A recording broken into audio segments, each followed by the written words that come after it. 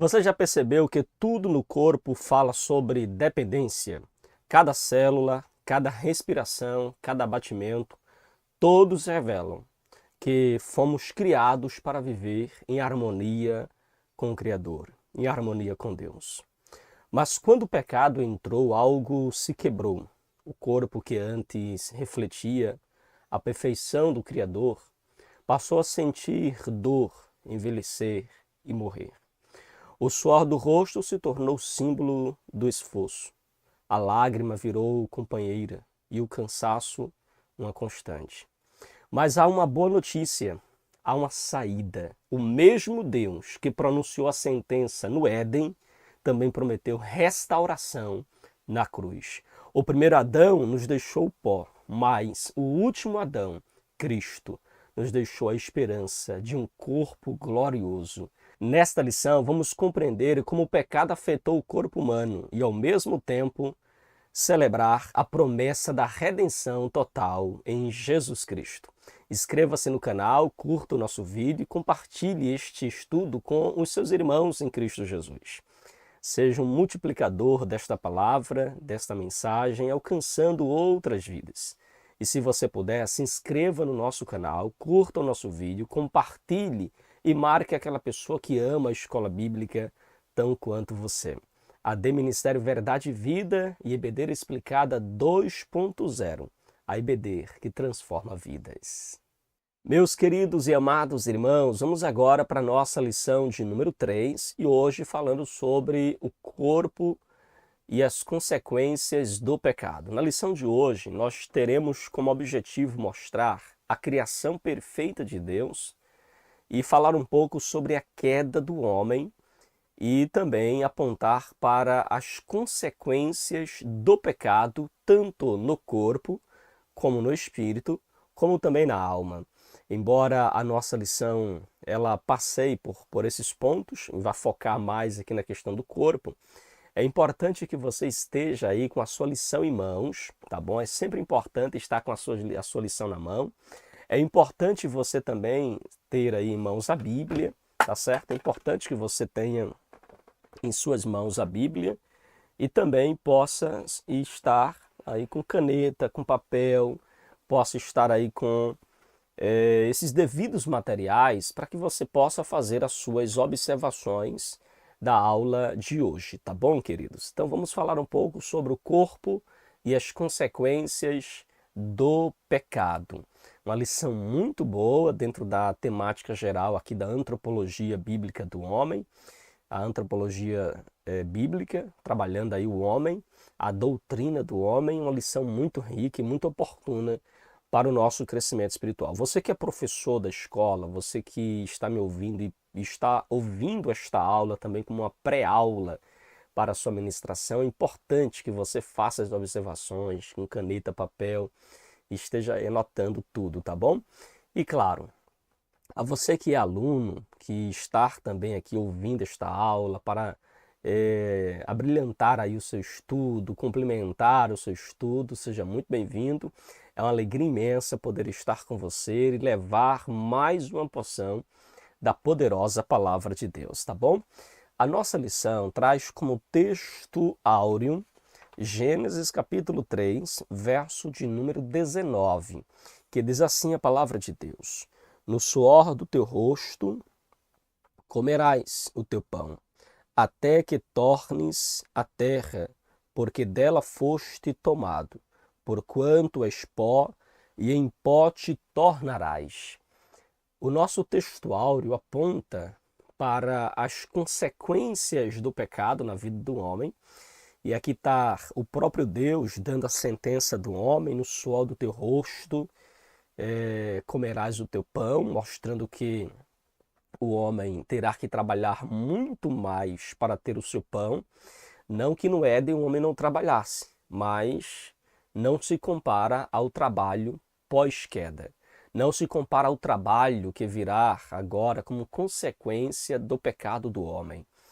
Até que tornes a terra. O texto aponta que o homem foi feito do pó e ao pó tornará. E veja que este retornar ao pó é exatamente uma consequência também do pecado, a Bíblia está falando que o corpo do homem, que foi feito a partir do barro, voltará ao barro, conforme o próprio texto complementa, porque dela foste tomado, porquanto és pó, e em pó tornarás. A nossa verdade prática diz assim: o pecado do primeiro Adão afetou o homem no corpo, na alma e no espírito. Mas a redenção em Cristo, o último Adão, tem o poder de restaurá-lo plenamente. Eu gostaria de frisar algumas coisas aqui na nossa verdade prática. Me permita a gente já fazer aqui uma pincelada geral da nossa lição, porque ele disse que o pecado afetou o primeiro Adão, afetou o pecado do primeiro Adão afetou o homem no corpo, na alma e no espírito. Olha que interessante, queridos. O homem, na sua tridimensão, foi afetado com a queda do homem, com o pecado na vida do homem. O pecado ele não apenas afetou o corpo do homem, mas afetou também o espírito do homem, afetou também a alma do homem. E eu achei muito interessante essa colocação do nosso autor aqui neste ponto, porque é importante aqui na nossa verdade prática, porque é importante que você entenda quais foram as consequências do pecado humano, que a lição vai trazer algumas. Mas veja, o pecado, irmãos, afeta o homem na sua tridimensão. A parte física do homem, o corpo do homem, foi também grandemente afetado a partir da queda. Por exemplo, o homem agora passou a ter um corpo limitado, um corpo que tem dor, um corpo sujeito a enfermidade e um corpo agora que vai passar pela morte. Então veja, o corpo do homem ele passa da perfeição à corrupção. Ele passa daquela obra boa e muito boa que fez o Senhor para um estado agora de queda, de corrupção. Então, antes do pecado, o corpo de Adão e Eva era um corpo perfeito, sem dor, sem doença, sem morte. Mas, ao desobedecer a Deus, o homem perdeu a fonte da vida, perdeu a comunhão direta com o Criador. E a partir daí, se iniciou-se então um processo de desorganização, de degeneração, de confusão na vida do homem. Em especial, uma degeneração física, culminando aí na sentença divina que está no texto que nós lemos, de Gênesis 3, versículo 19, dizendo que no suor do teu rosto comerás o teu pão até que tornes a terra. Então veja que essa palavra marcou o corpo do homem com a mortalidade, irmãos. O homem que antes era imortal passou a ser mortal. Então, desde este momento da queda, o homem envelhece, o homem sente dor, o homem morre. Conforme o próprio texto de Romanos, capítulo 5, versículo 12, quando Paulo disse: por um só homem entrou o pecado no mundo, e pelo pecado a morte, assim a morte passou a todos os homens. Então veja que o corpo se tornou vulnerável à dor, à enfermidade, à dor física, as doenças começam a surgir a partir da corrupção do corpo humano, a partir da queda. Então o corpo que antes desfrutava do equilíbrio, da perfeição, agora passa a sofrer essa desordem introduzida pelo pecado na vida do homem. Então as enfermidades, elas são um resultado direto do pecado do homem. Então enfermidades são resultados natural de um corpo que se desgasta e se enfraquece por causa do pecado que entrou no homem ou no mundo. Então mesmo os servos de Deus, mesmo aqueles que são cristãos, eles também passam por essas enfermidades. A gente vai ver aqui a nossa lição citando o caso de Trófimo, o caso também de Timóteo, o próprio apóstolo Paulo também passou por enfermidade e tantos outros que nós poderíamos citar aqui na passagem bíblica. Então, essas limitações no corpo nos lembram que vivemos agora sujeitos à corrupção deste corpo, como um resultado da queda na vida do homem. Então veja, o corpo se tornou um instrumento do pecado, irmãos. como Paulo fala aos Romanos, capítulo 7, versículo 23, o apóstolo explica que após a queda, o ser humano, ele passou a ter um corpo, passou a ter no seu corpo uma lei que é a lei do pecado. Ele diz como passou a ter no corpo a lei do pecado. Ou seja, a natureza humana, antes que era pura, agora ela foi inclinada à desobediência. O corpo que deveria servir à justiça passou agora a ser usado para o mal, conforme Paulo também diz aos Romanos capítulo 6, verso 12 e o verso 13. Então veja, agora a natureza do homem tem uma inclinação para o mal, ou seja, aquilo que nós chamamos de carne, não a estrutura física, mas a natureza caída do homem, estar agora inclinada para o mal. Não significa que o corpo seja mal em si, não é a matéria física, mas que ele foi contaminado pelo desejo pecaminoso. O desejo do homem agora é sempre voltado para o pecado. Assim, o pecado afeta não somente a estrutura física, mas também afetou ali os impulsos, os apetites corporais, levando o homem aí à autodestruição por meio dos vícios, por meio da imoralidade, por meio do descontrole. E aí nós temos, irmãos, um corpo que vai experimentar o envelhecimento, que a gente vai falar um pouco mais na nossa lição, e também em finalizar aqui falando sobre a esperança para o corpo. O corpo será restaurado em Cristo, irmãos, conforme a gente vai ver no final da nossa lição, tá bom? O corpo será restaurado e assim nós cremos. Então, o que é que você precisa ver aqui à guisa de introdução? É que o pecado de Adão fez com que ele perdesse a sua perfeição, o corpo se torna mortal, o corpo se torna corruptível, o corpo passa a sentir dor, enfermidade, ou seja, um sofrimento físico, e também passa pela degeneração. O corpo começou a ter desejos carnais, o corpo agora se inclina, essa natureza humana agora se inclina ao pecado. O corpo passa agora pelo envelhecimento e pela morte, ou seja, o corpo se desgasta e o seu fim é o pó.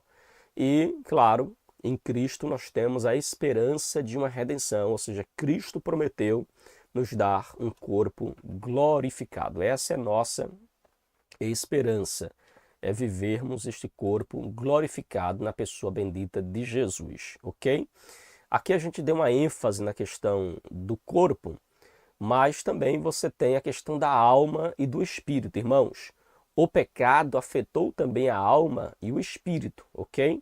Isso é só dentro dessa verdade prática. Olha quantas coisas nós temos aqui. O pecado do primeiro Adão afetou o homem no corpo, a gente já falou, e afetou também na alma e no espírito, meus irmãos. O que isso significa dizer? É que desde o Gênesis capítulo 3, o pecado ele vai produzir uma ruptura trágica entre o homem e Deus. O ser humano, criado à imagem divina, que era um ser espiritual, um ser racional, um ser moralmente puro, com o pecado, todas essas dimensões foram afetadas. O homem foi afetado no espírito, na alma e no corpo. Nessa tridimensão do homem está agora afetada pelo pecado. Então, no espírito, falando aqui das consequências do pecado no espírito, o homem ele morreu espiritualmente. Essa foi a sentença de Gênesis capítulo 2, versículo 17. No dia em que dela comerdes, certamente morrerás. Adão comeu, Eva comeu, então houve ali a morte espiritual. Essa morte, ela não foi imediata no corpo, porque aqui certamente morrerás é uma referência tanto à morte do corpo como à morte da alma e do espírito. Então veja que primeiro a morte acontece no mundo espiritual, na vida de Adão, depois também acontece no corpo. É uma separação entre o homem e Deus. O espírito humano, que antes desfrutava da comunhão plena com o Criador, ele foi desconectado da fonte da vida por causa do seu pecado. Então, quais são as consequências espirituais do pecado na vida espiritual ou no espírito de Adão, do homem em si? Primeiro, perda de comunhão com Deus. O homem passou a se esconder de Deus. O que outrora era um momento prazeroso, quando Deus visitava o jardim, o homem poder dialogar com Deus, conversar com Deus, Depois da queda, quando Deus vem ao jardim, o homem se esconde de Deus. Uma outra consequência é que o espírito do homem passa a ser apagado. O homem perde o discernimento espiritual. Uma outra consequência é um vazio existencial que passa a haver dentro do coração do homem. O ser humano busca preencher hoje esse lugar que pertence a Deus com religião, com prazer, com poder ou com conhecimento. Tentam preencher o lugar que é de exclusividade divina. Uma outra consequência na vida do homem é a inimizade com Deus. O espírito agora, ele se opõe à vontade divina. Ele guerreia contra a vontade de Deus. Então, em resumo, irmãos, o espírito que outrora era luz, mergulhou em trevas após a queda. A comunhão virou uma distância, ele agora está distante de Deus, e a presença de Deus virou uma ausência que de fato foi sentida na pele por Adão. Mas nós cremos, claro, nossa lição vai apontar isso no final, nós cremos na regeneração do Espírito Santo na vida do homem. Nós cremos que o Espírito Santo fará reviver o homem espiritualmente, a começar de uma decisão aqui, conforme a gente vê em Efésios capítulo 2, e nos vivificou estando nós mortos, nossos delitos e pecados. Então o Espírito Santo nos vivifica, nos regenera a voltar a ter essa comunhão com Deus. E o nosso textuário também diz que o pecado afetou não apenas o corpo e o espírito, mas afetou também a alma. O homem foi fragmentado, irmãos, por causa da queda. A alma, que é o centro da personalidade, onde está a mente, as emoções e as vontades do homem, foi contaminada. Antes da queda, tudo estava em perfeita harmonia, mas com o pecado, e aí a alma ela se quebra, ou seja, há um desequilíbrio na alma. Ela começa agora a ter as suas emoções, a sua mente, a sua vontade afetada pelo pecado. Então, com o pecado, o equilíbrio da alma se rompeu. E quais foram as consequências do pecado na alma? Primeiro, a mente do homem foi obscurecida. E nós percebemos que o homem perde o discernimento moral e espiritual.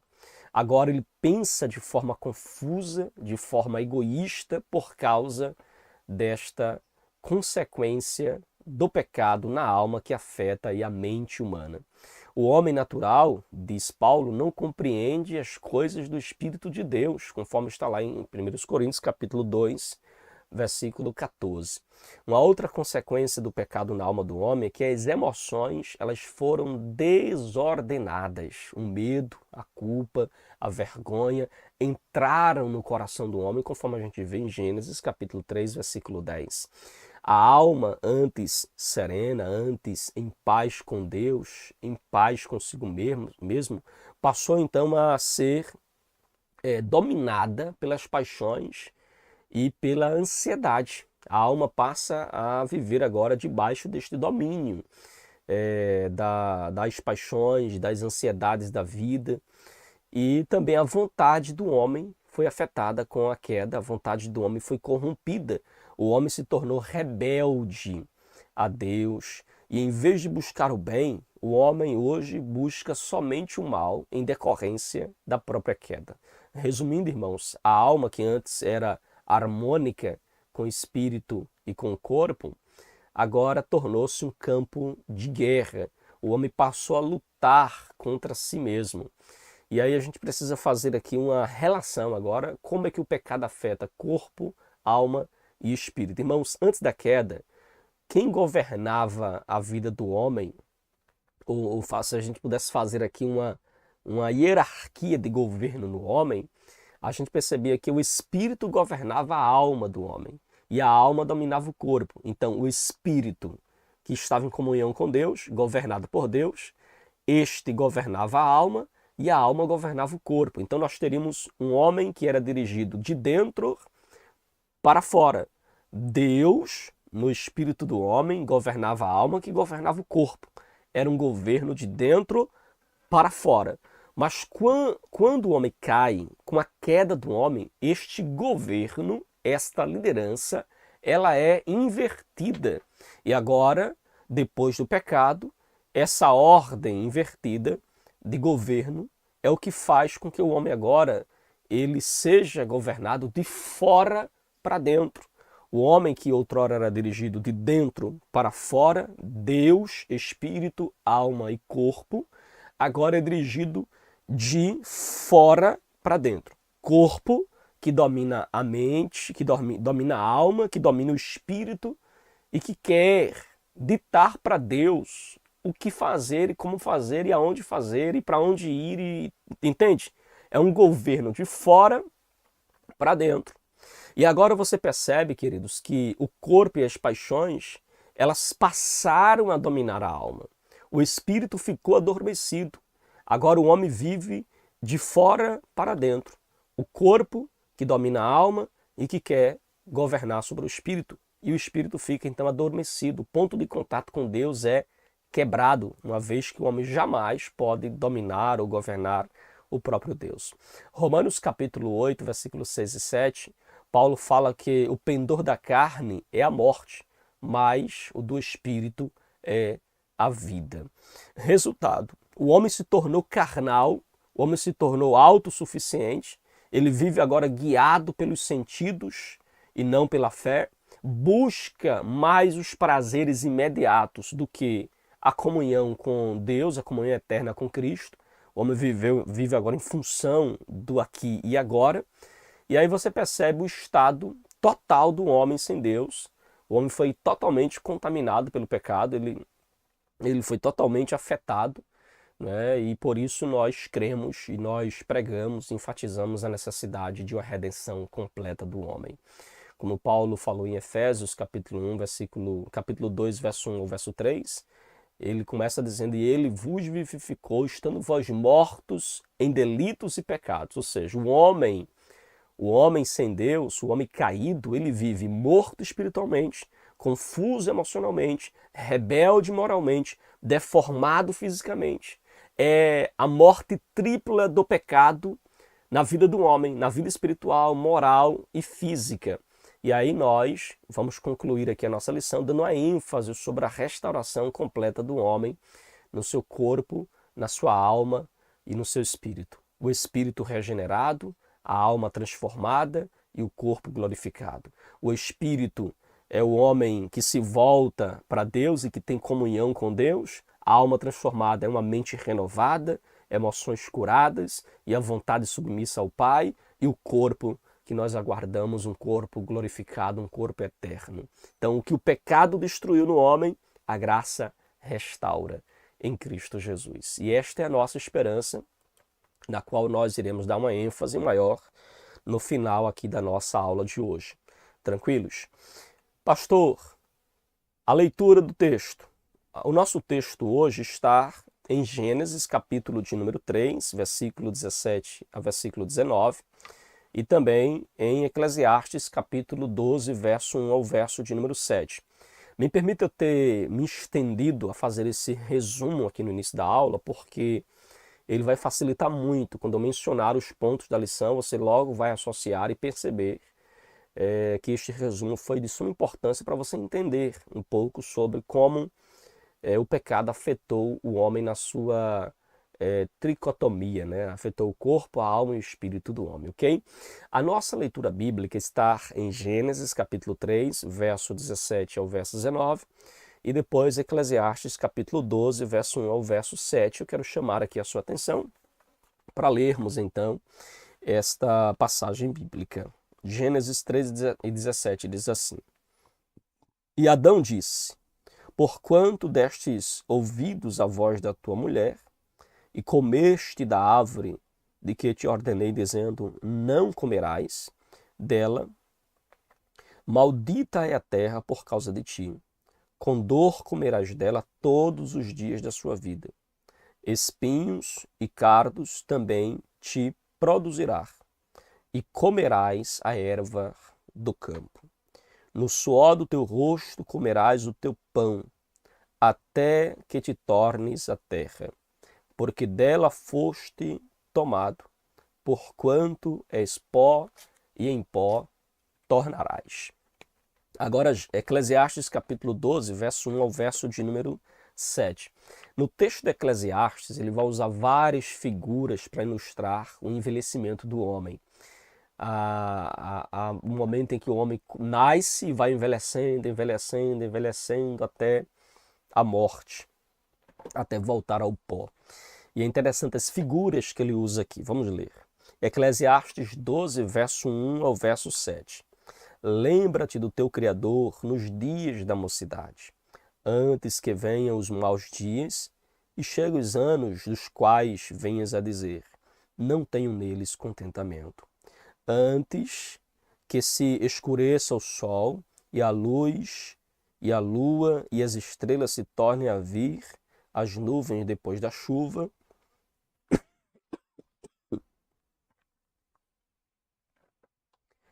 no dia em que tremeram os guardas da casa e se curvaram os homens fortes e cessaram os moedores, por já serem poucos e se escurecerem os que olham pelas janelas, e as duas portas da rua se fecharem por causa do baixo ruído da moedura, e se levantar a voz das aves, e todas as vozes de canto se baixarem. Como também quando temerem o que está no alto, e houver espantos no caminho, e florescer a amendoeira, e o gafanhoto for um peso, e perecer o apetite, porque o homem se vai à sua eterna casa, e os pranteadores andarão rodeando pela praça, antes que se quebre a cadeia de prata e se despedace o corpo de ouro, e se despedace o cântaro junto à fonte, e se despedace a roda junto ao poço, e o pó volte à terra como era, e o espírito volte a Deus que o deu. Aqui nós temos, irmãos, várias figuras apontando para a velhice do homem. O homem está envelhecendo. Por exemplo, quando ele fala aqui no verso de número 5, né? Como também quando temeres os que está no alto e houver espanto no caminho e o florescer a amendoeira. Aqui é uma referência, né? Os cabelos brancos, os gafanhotos foram peso e pereceram os apetites, ou seja, a velhice vai fazendo a gente perder o paladar. E aí ele segue fazendo várias descrições para mostrar como nós estamos envelhecendo. Eu sei que hoje a palavra envelhecer, ficando mais velho, é uma palavra hoje não muito vista para a nossa sociedade que querem a todo custo não ficar velho, não ficar velho. Já percebeu que as pessoas correm atrás de todo tipo de cirurgia, cosmética e outras coisas mais para evitar o envelhecimento. Mas, irmãos, o envelhecimento, embora não seja muito bem quisto por uns ou indesejado por outros, mas é uma realidade. Todos nós nascemos, crescemos e envelhecemos. Todos nós. Cada fase da vida deve ser aproveitada, claro, com responsabilidade, deve ser vivida conforme a palavra de Deus orienta. Mas todos nós passamos por essas fases da vida. Todos nós passamos. Então, eu vi uma frase, uma certa vez, de que o velho é um jovem que deu certo, irmãos. É uma criança que deu certo, é um adolescente que deu certo.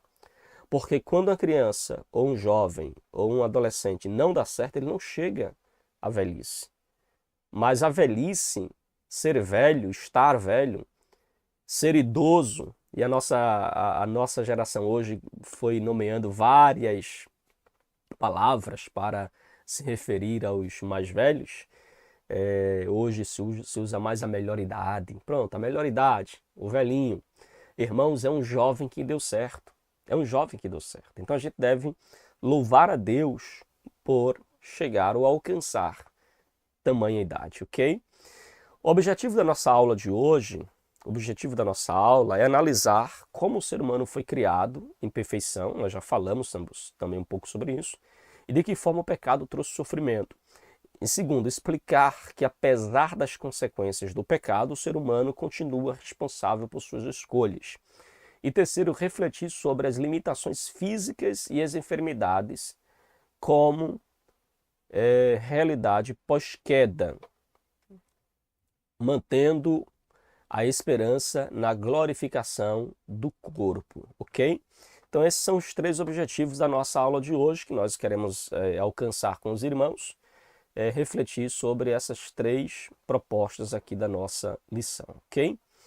Então, primeira parte da nossa lição, primeiro ponto da nossa lição. Da perfeição à morte. Não temos dúvida alguma de que Deus criou o ser humano de forma perfeita. Deus, sendo um ser perfeito, criou o ser humano também de forma perfeita. E este homem, ele é dotado de livre arbítrio. Ou seja, Deus deu para ele o poder de escolher. Veja que no Éden, Deus dá ordens para o homem. Se você comer desta árvore, acontecerá isso. Faça isso, faça aquilo. Deus dá ordens para o homem.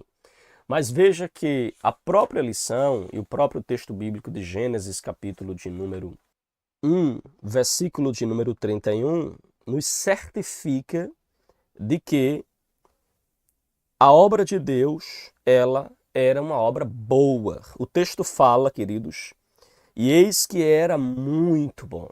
Então, esse muito bom aqui, obviamente, não quer dizer que aquilo que Deus criou outrora não tenha sido bom. Mas aqui a ênfase é que Deus completou a sua obra com uma obra-prima, com a criação do homem. E ele viu que tudo o que ele havia feito era muito bom. Então, Deus criou o ser humano perfeito. E o que vai corromper o ser humano é a queda. Então, Adão e Eva, eles viviam em completa harmonia com Deus. Seu espírito, seu corpo e sua alma viviam em plena harmonia com o Criador. Mas a queda, introduzida lá em Gênesis capítulo 3, por meio da serpente, que levou Eva a pecar e, consequentemente, Adão a pecar, ali sim foi onde houve a degradação do corpo humano, da mente humana, da alma humana e do espírito humano, conforme a gente já mencionou aqui a guisa de introdução da nossa aula. Então veja, a obra de Deus foi uma obra maravilhosa, mas esta obra foi afetada pelo pecado, pela livre escolha de Adão e Eva de comer um fruto proibido. E aí nós temos pecado e dor por causa da desobediência de Adão e Eva. O pecado entra agora na humanidade. E agora Adão passa a ser um homem corrompido no seu espírito, alma e corpo. O espírito é mortificado, a mente, a vontade e as emoções, que é a sede da alma, são corrompidos, e o corpo do homem passa a enfrentar agora a dor, a enfrentar o sofrimento. E aí você percebe que o pecado trouxe ao homem limitação, dor, enfermidade e morte. Morte física e morte espiritual. O pecado trouxe a incômoda experiência da dor, provocada por fatores espirituais, emocionais e fatores físicos. E aí nós temos, irmãos, o nosso terceiro subponto do ponto 1, a velhice, a autenticidade e a gratidão.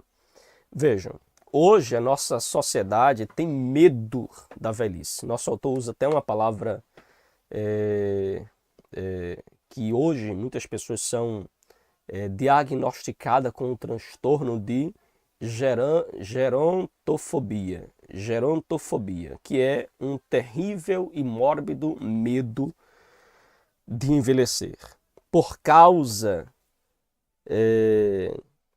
desta atitude do homem, deste medo do homem de envelhecer, é que o homem vem mergulhando em ansiedade, estresse. O homem produz comportamentos que são incompatíveis com a sua idade, tudo em consequência da gerontofobia, o medo de envelhecer.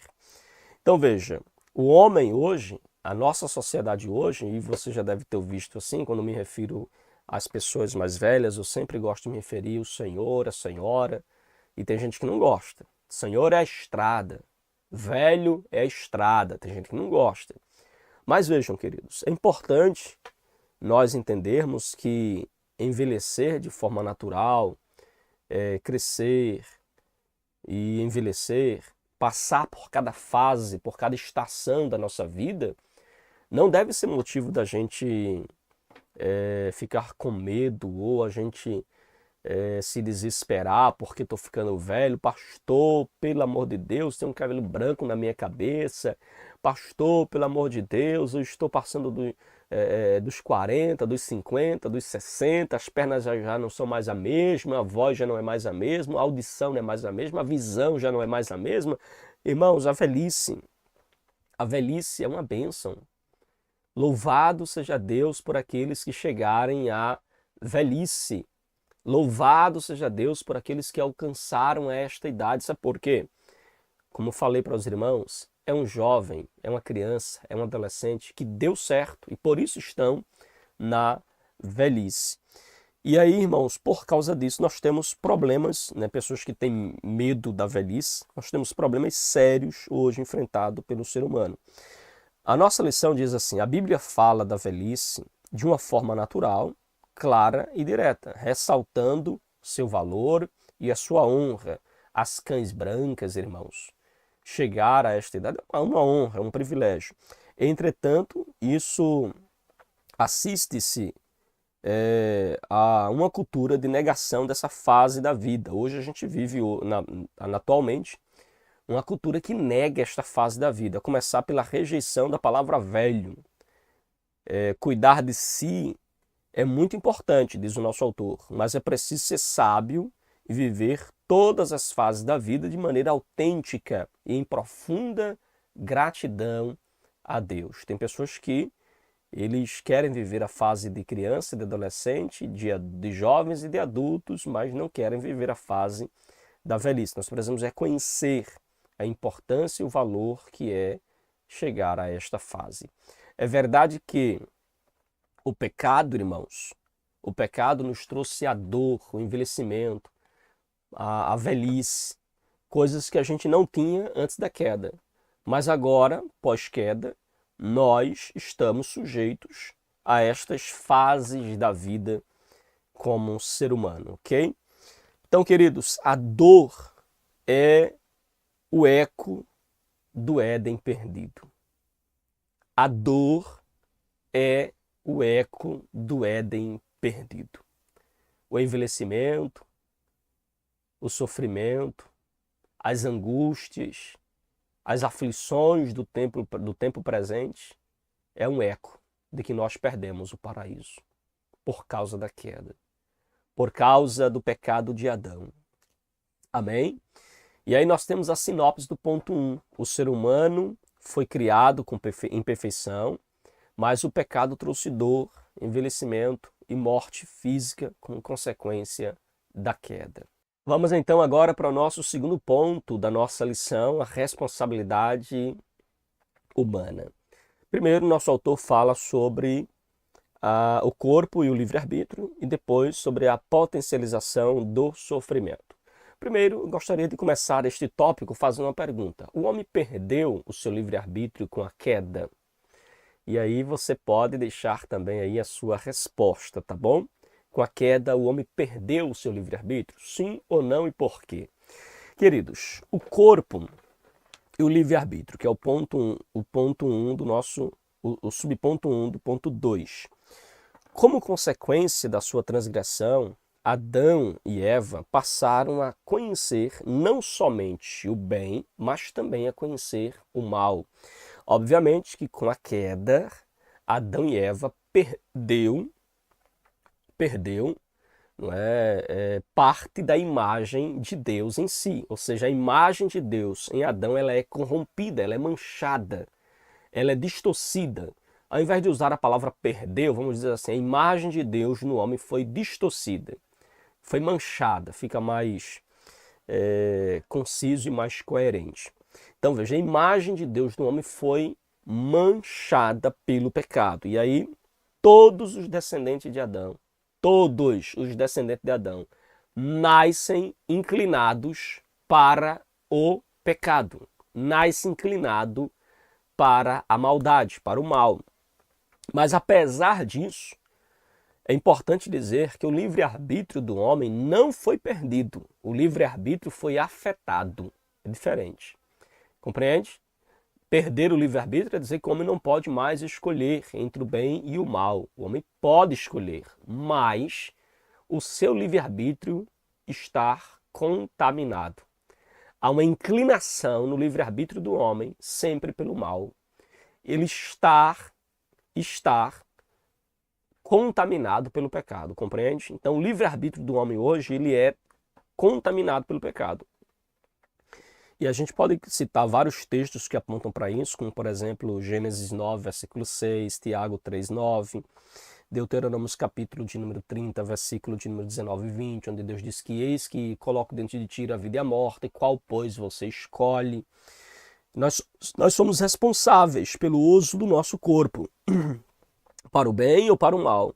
Como disse o próprio Deus a Caim, se bem fizeres, não haverá aceitação para ti, e se fizeres o bem, o pecado, e se não fizeres o bem, o pecado jaz à porta, e para ti será o seu desejo, e sobre ele dominarás. Então veja, Deus fala com Caim, Deus fala com ele, apontando claramente que ele tem diante de si a decisão de escolher entre fazer o bem e fazer o mal. Então mostra literalmente a permanência desse livre-arbítrio do homem, embora, lembre-se, contaminado pelo pecado, ok? E aí nós temos a potencialização do sofrimento. Além das consequências naturais decorrentes do pecado original, o corpo sofre impactos das transgressões que o ser humano pratica ao longo da vida, inclusive contra si mesmo. Então veja, o pecado afetou o homem de uma forma completa, mas afeta também as relações deste homem com o próximo e afeta as relações deste homem consigo mesmo. Então afetou a relação vertical com Deus, horizontal com o próximo, e afetou também a sua relação consigo mesmo. O corpo do homem tornou-se agora um campo de batalha, irmãos. O corpo que antes era templo do Espírito Santo, era morada de Deus, era antes em perfeita comunhão e relacionamento com Deus, agora passou a ser um campo de batalha. O homem vive em pé de guerra, literalmente, como coloca Paulo, né, as obras da carne, as obras do Espírito, lá em Gálatas capítulo 5, verso 19 em diante, mostrando literalmente que a natureza do homem está inclinada para todas as obras da carne. E aí nós temos nossa outra lição dizendo assim, é a manifestação do espírito de inimizade contra Deus que Satanás, a antiga serpente, instalou no coração do homem, ainda no Éden. E esse quadro de corrupção foi observado logo nas primeiras gerações e somente se agrava geração após geração. Você percebe isso? Que geração após geração o pecado só se agrava na vida do homem. Aí você vê o homem hoje mergulhado nas drogas, mergulhado em coisas que denigrem, mancham, que por fim destroem o seu próprio corpo. Você percebe hoje o homem mergulhado nisso, cada vez mais piorando, irmãos. Cada vez mais se descuidando de si mesmo. Se por um lado há aqueles que cometem o pecado da idolatria do corpo, aqueles que infelizmente destroem o seu corpo com drogas, com bebidas e com tantas outras coisas que terminam por denegrir a imagem e a semelhança de Deus ainda mais no homem. As práticas sexuais ilícitas também cresceram. Crianças e adolescentes estão cada vez mais vulneráveis, dependem cada vez mais de ser vigilantes. A gente precisa vigiar mais nossos adolescentes, nossos jovens, tendo em vista como o mal os cerca de uma forma tão grande. E aí a gente percebe, irmãos, que é necessário cuidar do corpo, é necessário cuidar da alma e do espírito, mas é importante também que se diga que hoje nós vivemos um período de tempo onde as pessoas estão destruindo literalmente o seu próprio corpo. Tem pessoas, irmãos, que estão desfigurando o seu corpo. Desfigura a parte material que Deus lhe deu, onde habita a alma, onde habita o espírito, que deve ser um, um ser que vive em comunhão com Deus, mas vive em pé de guerra com Deus, totalmente afastado de Deus, destruído por causa do pecado, irmãos. E aí nosso autor coloca na sinopse do ponto 2, mesmo após a queda, o ser humano possui livre-arbítrio e é responsável por suas escolhas que afetam o corpo e a vida diante de Deus. Nós somos responsáveis pelo nosso corpo e somos responsáveis também pelas nossas decisões, ok? O cuidado é necessário e, claro, devemos evitar todo e qualquer tipo de vícios que prejudica o nosso corpo. E, por fim, o nosso autor também trabalha aqui do abatimento à glorificação. Aqui o nosso autor mostra que o homem foi criado perfeito, o homem caiu e por isso teve seu corpo, alma e espírito contaminado pelo pecado, mas ele mostra que é possível este homem receber um corpo transformado, glorificado, por meio da decisão de confessar a Jesus como seu Senhor. A realidade das enfermidades, não contestamos, é uma verdade, é real. A enfermidade é algo real hoje, presente na vida do ser humano, em decorrência da queda, como nós já pontuamos. Paulo menciona Trófimo, que também estava doente lá em Mileto. Paulo menciona Timóteo, que também tinha um problema de saúde no estômago. Nós temos o próprio Paulo, que lá em Os Gálatas diz que escreveu para eles com letras garrafais, com letras grandes, provavelmente por causa do problema na visão.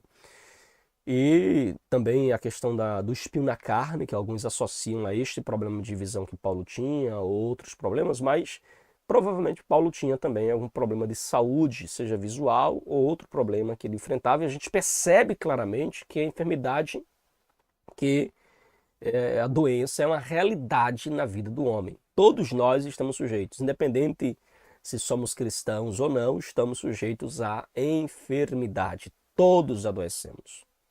E a doença está presente no nosso corpo exatamente em decorrência da queda. Lembre-se, calma, viu? Eu não estou dizendo que a sua doença ela é resultado de um pecado pessoal, embora haja doenças que são resultados de pecados pessoais.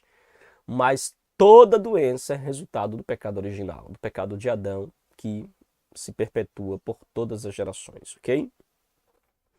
O envelhecimento, irmãos, é a lembrança constante de que nós somos pó. Nosso autor fala que haverá um tempo em que haverá enfado e canseira.